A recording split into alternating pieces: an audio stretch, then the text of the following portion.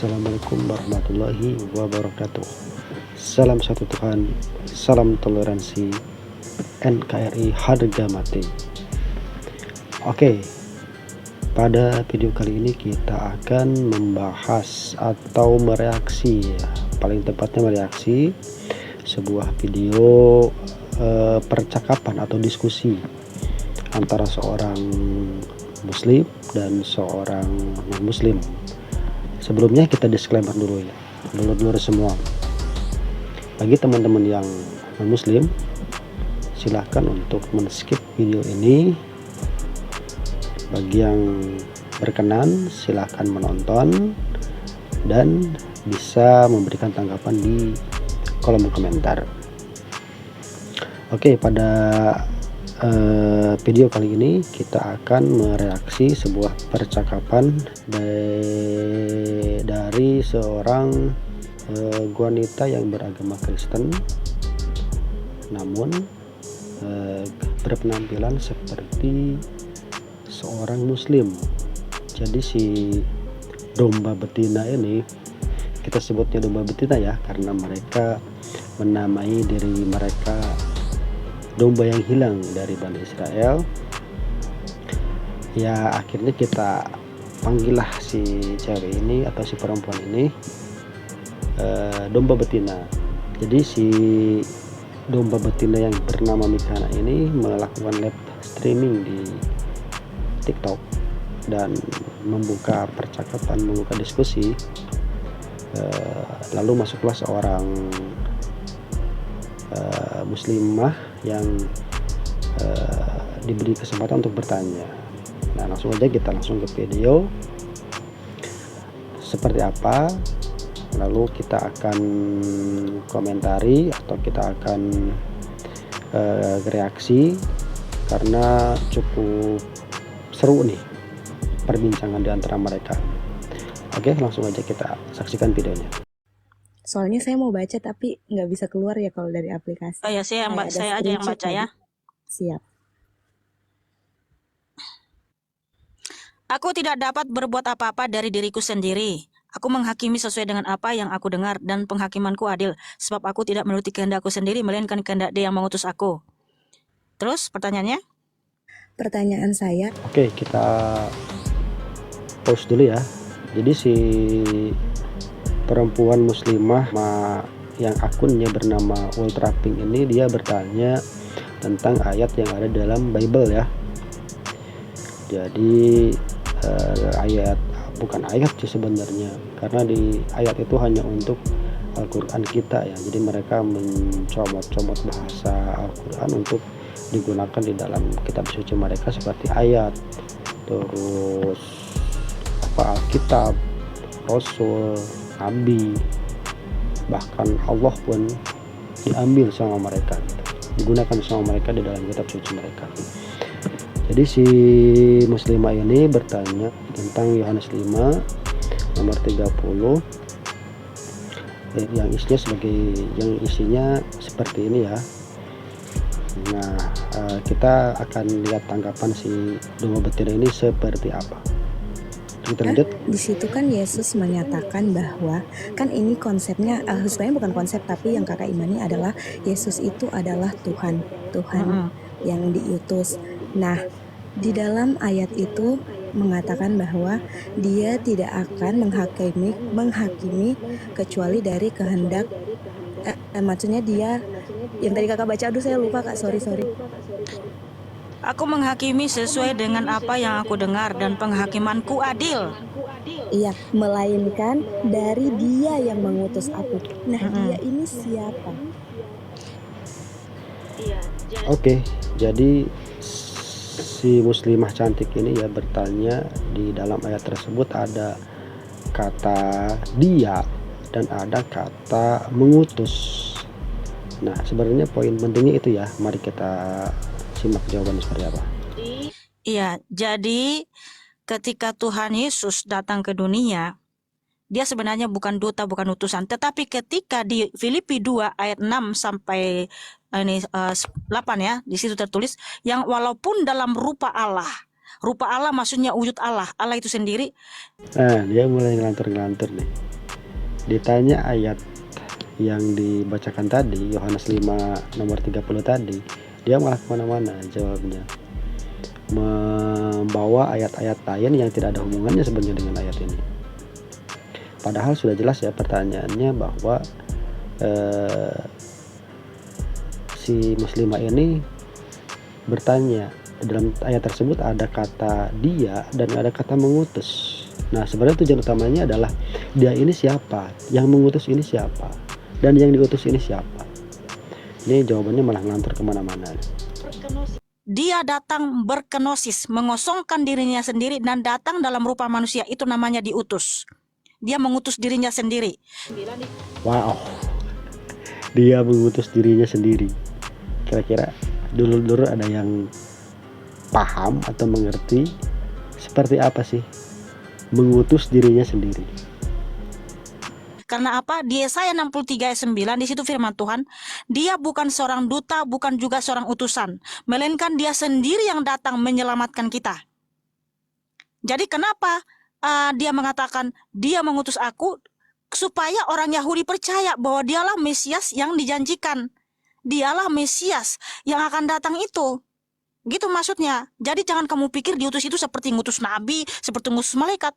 Justru Tuhan Yesus yang mengutus nabi-nabi dan malaikat. Kita komentari sedikit ya. Jadi menurut si domba betina ini, mengutus itu bukan utusan katanya. Jadi si Yesus ini bukan utusan. Padahal sudah jelas di ayatnya ya bahwa dia ini sebenarnya adalah Bapa, atau yang biasa mereka panggil Allah Bapa ya.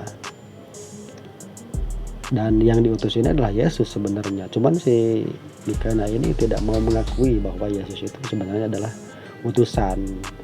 Nah, maka dia plesetkan tuh untuk ayat ini, dia mengutus dirinya sendiri sehingga memaksakan Yesus ini sebagai Tuhan. Padahal apabila kita menggunakan akal sehat kita, menggunakan logika dalam berpikir, jangan mendahulukan iman tapi menggunakan akal dulu, maka kita akan paham gitu bahwa di ayat tersebut Yesus ini hanya sekedar utusan sebenarnya, dan ada entitas atau sosok yang mengutus, atau ada sosok lain yang mengutus, itu pribadi lain yang mengutus, sehingga tidak bisa dipaksakan bahwa Yesus ini mengutus dirinya sendiri gitu.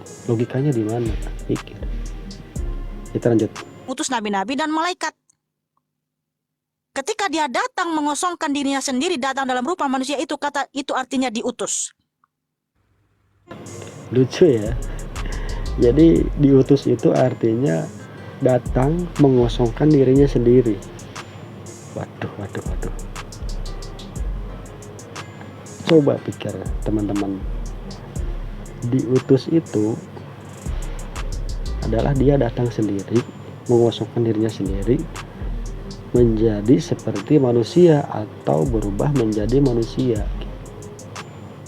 Sulit ya, kita sebagai seorang muslim sulit untuk mencerna ini sebenarnya, karena sebesar apapun usahanya untuk memasakkan Yesus sebagai yang mengutus, ya tidak bisa, karena di sini ada dua pribadi yang berbeda, ada antara yang mengutus dan yang diutus. Dan si domba betina ini hanya bisa memplesetkan, mencari ayat-ayat pembanding atau ayat-ayat yang bertentangan, ayat-ayat lain yang sebenarnya malah blunder, bunuh diri, karena ayat tersebut bisa jadi bertentangan dengan ayat yang dipertanyakan gitu. Bukan untuk menjawab pertanyaan yang ditanyakan sebenarnya. Simple sebenarnya pertanyaannya. Si muslimah ini hanya bertanya yang mengutus siapa dan yang diutus siapa gitu. Kira teman-teman atau dulur-dulur bisa memahami ya apa yang saya sampaikan. Kita lanjut videonya. Tetapi yang jelas pengertiannya di sini, dia bukan seorang duta, bukan seorang utusan seperti nabi dan malaikat. Karena Tuhan Yesus yang mengutus nabi-nabi dan malaikat, seperti Tuhan berfirman ya di Matius 24 ayat 34, aku telah mengutus nabi-nabiku, para ahli kitab dan orang-orang bijaksana. Wahyu 22 ayat 16, aku Yesus telah mengutus malaikat, gitu ya. Jangan keluar-keluar cantik ya, supaya kamu dengar jawabannya. Bahkan kalau kita baca Yohanes ayat 9. Oke, kita stop sebentar ya. Ada yang menarik tadi, si domba betina ini membawa kitab Wahyu ya dari perjanjian lama. Sebenarnya di perjanjian lama ini tidak ada sosok Yesus. Jadi si domba betina Mikana ini hanya memaksakan. Sosok yang mengutus nabi-nabi adalah Yesus. Sebenarnya di perjanjian lama itu tidak ada sebenarnya. Apabila teman-teman bisa mempelajari atau mendalami Bible sendiri, karena ada dua perjanjian ya, atau dua kitab, perjanjian lama dan perjanjian baru. Nah, untuk kitab Wahyu sendiri itu ada di perjanjian lama, dan di perjanjian lama tidak ada Yesus, belum ada Yesus itu. Jadi sangat blunder sekali lah si Mikana ini membawa ayat dari kitab Wahyu ya, yang notabene itu adalah perjanjian lama. Oke, kita lanjut lagi. Yohanes 5 ayat 19 sampai 47 ya. Di sini terbukti Yesus itu Tuhan Allah yang Maha Kuasa. Karena apa? Di Yohanes 5 lanjutannya ya. Lanjutannya Yohanes 5 ayat 40 berapa ya? Lupa lagi saya. Sorry. Tuhan menyatakan kepada mereka ya, kamu menyelidiki kitab-kitab suci, ini ayat 39 ya, sama orang Yahudi, karena dia kan sedang bersoal jawab dengan orang-orang Yahudi di sini. Karena orang-orang Yahudi, ahli Taurat, orang Farisi itu marah sama Tuhan Yesus. Karena Tuhan Yesus pada saat itu menyembuhkan orang yang sakit ya, orang sakit lumpuh di kolam Bethesda, dan pada hari Sabtu atau hari Sabat disuruh ngangkat tilam. Kan di dalam hukum Yahudi, hari Sabat nggak boleh bekerja, apalagi mengangkat tilam, nggak boleh. Nah, Tuhan Yesus menyembuhkan orang pada hari Sabat dan menyuruh mengangkat tilamnya pulang ke rumahnya. Makanya orang-orang Farisi marah, siapa yang suruh kamu ngangkat tilam? Kan nggak boleh, dia yang menyuruh aku. Makanya mereka marah sama Tuhan Yesus. Kamu siapa kok menyuruh orang ngangkat tilam hari Sabat? Makanya Tuhan menyatakan dia adalah Tuhan atas hari Sabat. Sebab Oke, kita stop lagi ya. Waduh, ini udah kemana-mana ya.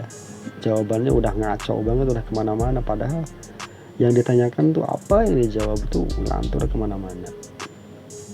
Ya bisa dulur-dulur simpulkan sendiri lah.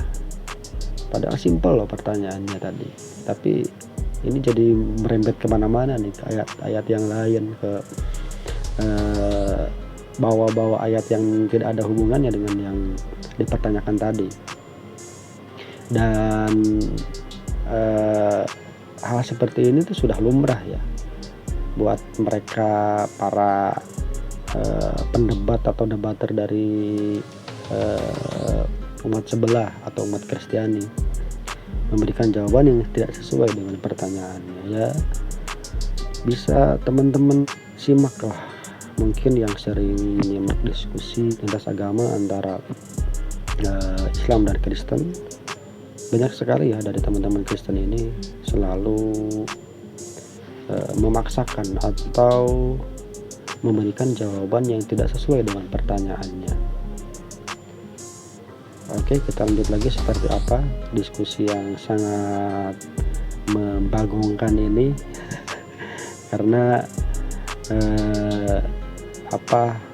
pertanyaan yang diberikan sangat mudah tapi terlihat sulit untuk dijawab. Sabat itu diberikan untuk manusia, bukan untuk Tuhan, karena Tuhan Yesus adalah Tuhan atas hari Sabat ya. Jadi Tuhan Yesus menyatakan siapa dirinya. Makanya dia mengatakan sama Farisi ini dan ahli Taurat, kamu menyelidiki kitab-kitab suci yang kamu sangka bahwa olehnya kamu mempunyai hidup yang kekal. Tetapi walaupun kitab-kitab suci itu memberi kesaksian tentang aku, namun kamu tidak mau datang kepadaku untuk memperoleh hidup itu. Jadi orang-orang Farisi ini tidak sadar bahwa Yesus Kristuslah Yahweh itu sendiri yang ditulis para nabi dan para orang-orang. Kak izin, saya ahli kitab. nanyanya untuk ke ayat. Kan kita simak bersama ya teman-teman. Si penanyanya sendiri bingung gitu karena jawabannya tidak sesuai dengan apa yang ditanyakan. Sampai-sampai ya dipotong sama yang penanya karena memang udah ngelantur kemana-mana si jawabannya ini. Kita simak keseruannya. Yang ini maksud saya, kenapa sampai ayat ini itu ada, maksudnya memang sih di dalam Alkitab itu ini sudah ada, sudah dituliskan dari Tuhan itu. Nah, kenapa ayat ini sampai ada, sedangkan kan dia sampaikannya seperti itu. Dia tidak akan menghakimi kecuali dari kehendaknya. Kemudian saya menyambungkan lagi di Yohanes ayat 5 di Yohanes 5 ayat 26 sampai 27, coba Kakak baca. Sebab sama seperti Bapa mempunyai hidup dalam dirinya sendiri, demikian juga diberikannya anak mempunyai hidup dalam dirinya sendiri. Dan ia telah memberikan kuasa kepadanya untuk menghakimi, karena ia adalah anak manusia. Jadi ini adalah ungkapan supaya orang Yahudi itu percaya dia adalah Allah itu sendiri. Karena kan orang Yahudi percaya bahwa izin Kak, dia itu ungkapinnya bahwa dia itu anak manusia, berarti dia itu hanya utusan. Nah, begini, utusan Tuhan sebagai jalan untuk menyelamatkan para manusia yang hidup, supaya yang saya tangkap ya dari untuk ayat itu, supaya apa yang mungkin kakak-kakak pahami, mungkin kakak-kakak anuti, bahwa dia mengatakan kalau dia itu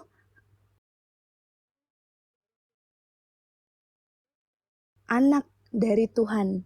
Bapa itu adalah mungkin Allah. Nah, itu dia mengatakan di situ supaya buat umat-umatnya, buat mungkin pengikut-pengikutnya jangan menyembah dia, maka menyembahlah kepada Allah. Seperti itu. Di mana di sini Tuhan menyatakan jangan menyembah dia. Justru Tuhan Yesus menyatakan barang siapa percaya kepadaku. Kalau memang dia bukan Allah itu sendiri, ya, kenapa Tuhan Yesus selalu menyatakan barang siapa percaya kepadaku, siapa yang mulai nih nyerocos. Jadi ya salah satu trik mereka agar perbincangannya tidak sehat, mulai nyerocos tanpa henti, berbicara tanpa henti. Begitulah trik-trik mereka. Kalau teman-teman pengen tahu atau yang belum tahu, dalam dunia perdebatan lintas agama seperti itulah. Bisa teman-teman nilai sendiri ya. Yang mana yang pintar dan mana yang tit. Ya bisa teman-teman nilai sendiri lah. Dari diskusi antara si domba betina Mikana ini yang berpenampilan memakai jilbab tapi menggunakan kalung salib ya teman-teman, ya bisa saksikan sendiri, ditemani si anak Batak ini yang apabila teman-teman mengikuti dunia perdebatan lintas agama, dia adalah salah seorang penghujat Islam yang pernah dijebloskan ke dalam penjara. Ya kita lihat kualitasnya hanya segitu-gitu saja gitu. Karena memang tidak ada pendebat Kristen yang pintar, tuh tidak ada. Kalau mereka pintar, mereka pasti jujur dengan apa yang ada di dalam kitab mereka sendiri.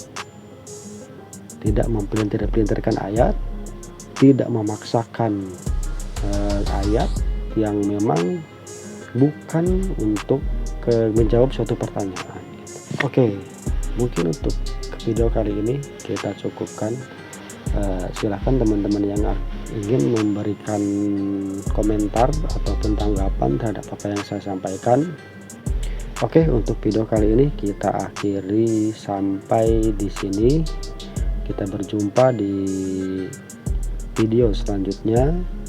Tetap jaga toleransi, jaga kerukunan umat beragama. Kita satu nusa satu bangsa, saling menghargai satu sama lain, dan salam satu Tuhan. Assalamualaikum warahmatullahi wabarakatuh.